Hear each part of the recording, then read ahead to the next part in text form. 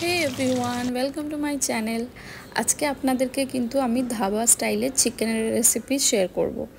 এর জন্য আমি প্রথমেই 4টে পেঁয়াজকে ভিজিয়ে রেখেছিলাম জলের মধ্যে। ভিজিয়ে রাখলে কিন্তু চোখ জ্বলবে না। তো আমি এবার পেঁয়াজগুলোকে কেটে নিচ্ছি।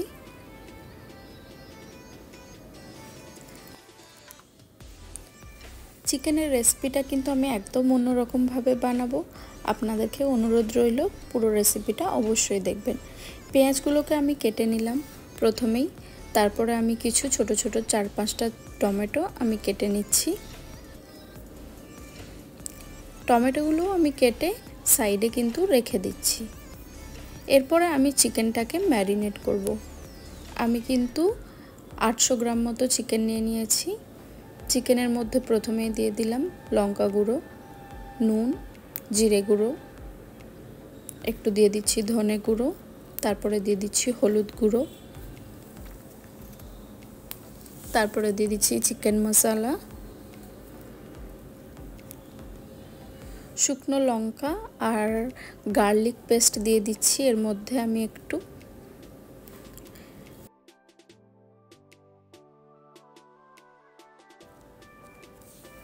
এই রসুন আর শুকনো লঙ্কা দিলে কিন্তু চিকেনের মধ্যে একটা আলাদা রকম সুস্বাদু স্বাদ আসে। আপনারা একবার ট্রাই করবেন এরকম দিয়ে। এরপরে আমি দিয়ে দিচ্ছি টক দই।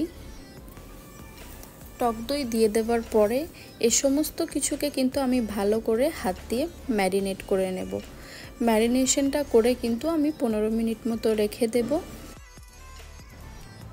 এরপর আমি একটা কড়াইয়ের মধ্যে দিয়ে দিচ্ছি সর্ষের তেল। এই রান্নাটা কিন্তু অবশ্যই সর্ষের তেলের মধ্যে করতে হবে।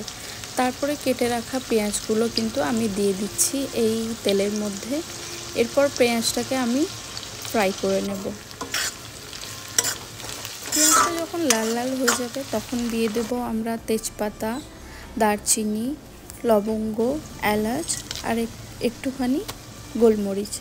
এগুলো দিয়ে দেওয়ার পরে আদা রসুন পেস্ট দিয়ে দিচ্ছি আর কেটে রাখা টমেটোর টুকরোগুলোও দিয়ে দিচ্ছি।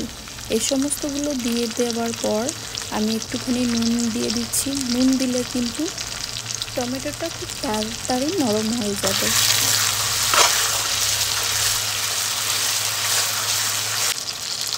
খুব ভালোভাবে কিন্তু পেঁয়াজ, টমেটো, আদা রসুন এই সব কিছুকে কিন্তু সময় দিয়ে কষাবেন। মাংসটা যত ভালো কষানো হবে ততই কিন্তু সুস্বাদু হবে। পেঁয়াজটা ভালো করে কষানো হয়ে গেছে। এর মধ্যে আমি কিন্তু দিয়ে দিচ্ছি ম্যারিনেটেড চিকেনটা, যেটুকু মশলা ছিল সেই মশলাটাও দিয়ে দিলাম।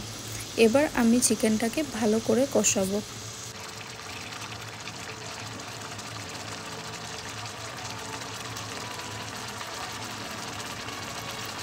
এই কষানোর সময়ই আমি দিয়ে দিচ্ছি 1 tablespoon Kashmiri red chilli. Kashmiri red chilli দিলে কিন্তু চিকেনের কালারটা আরও এনহ্যান্স হয়, দেখতে আরও বেশি সুন্দর লাগে, তাই দিয়ে দিলাম। চিকেনটা ভালো করে আমি আরও কষাচ্ছি, নেড়ে চেড়ে নিচ্ছি। কন্টিনিউয়াসলি একটু 2 মিনিট পরপরই নাড়াতে থাকবেন, তাহলে চিকেনটা লেগে যাবে না।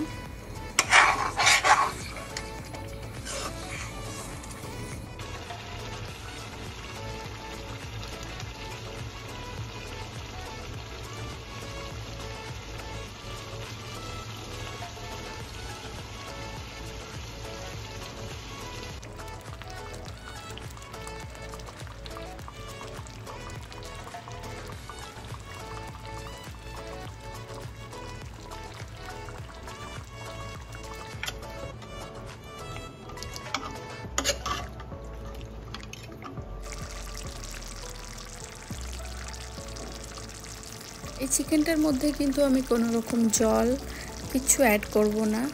শেষে আমি কিন্তু দিয়ে দিচ্ছি একটু ধনেপাতা কুচি, এরপরে দিয়ে দেবো অল্প একটু বাটার, আর এরপরে দিয়ে দিচ্ছি গরম মশলা। রেসিপিটা কেমন লাগলো আমাকে অবশ্যই কমেন্টে জানাবেন। আর এইভাবে কিন্তু আপনারা অবশ্যই ট্রাই করে খাবেন আর আমাকে জানাবেন কেমন লাগলো। এই চিকেনটা কিন্তু গরম ভাত কিংবা যে কোনো রকমের রুটির সাথে দারুণ লাগবে। আপনারা দেখুন কেমন হলো রান্নাটা। থ্যাংক ইউ ভিউয়ার্স আমার ভিডিওটা কমপ্লিটলি দেখার জন্য। ভালো থাকবেন, সুস্থ থাকবেন আর ভালো খাবেন। Thank you.